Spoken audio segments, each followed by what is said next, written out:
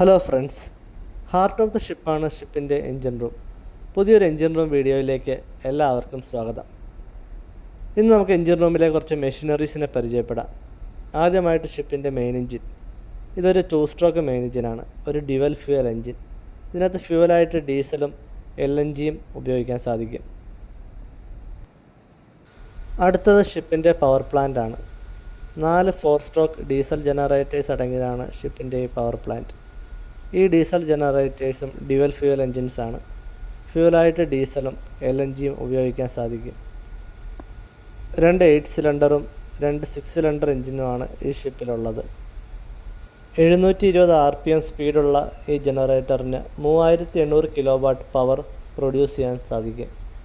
ഇതിൻ്റെ output voltage 6.6 kV ആണ്, high voltage ആണ്. ഈ ഷിപ്പിൽ 2 ജനറേറ്റർ റൂംസ് ഉണ്ട്, port side and starboard side. ഓരോ റൂമിലും 2 ജനറേറ്റേഴ്സ് വീതമുണ്ട്. ജനറേറ്റേഴ്സിൻ്റെ അസോസിയേറ്റ് ആയിട്ടുള്ള പമ്പ്സും ഈ റൂമിൽ തന്നെയാണ് കൊടുത്തിട്ടുള്ളത്. ഇതാണ് ഷിപ്പിൻ്റെ ബോയിലർ.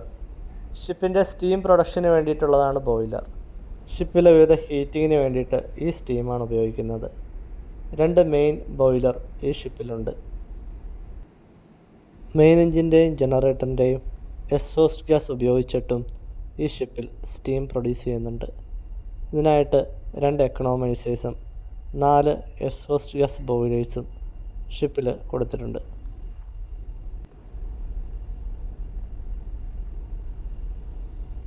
നിങ്ങളീ കാണുന്നതാണ് main air compressor. Main engine generator ഒക്കെ എയർ സ്റ്റാർട്ടിംഗ് ആണ്. 30 ബാർ പ്രഷർ ഉപയോഗിച്ചിട്ടാണ് മെയിൻ എൻജിൻ ജനറേറ്റർ ഒക്കെ സ്റ്റാർട്ട് ചെയ്യുന്നത്.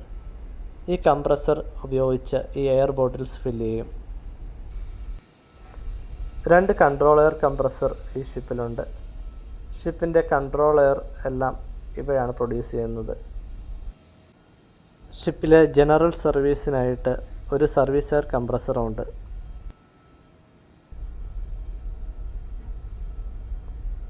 ഈ ഷിപ്പിൽ 2 പ്യൂരിഫയർ റൂമുണ്ട്, port side and starboard side. ഓരോ റൂമിലും 4 ലൂബ് ഓയിൽ പ്യൂരിഫയറും 2 ഫ്യൂൽ ഓയിൽ പ്യൂരിഫയറും ഉണ്ട്. മെയിൻ എൻജിൻ്റെയും ജനറേറ്ററിൻ്റെയും ലൂബ് ഓയിൽ പ്യൂരിഫൈ ചെയ്യാനായിട്ട് ലൂബ് ഓയിൽ പ്യൂരിഫയർ ഉപയോഗിക്കുന്നു.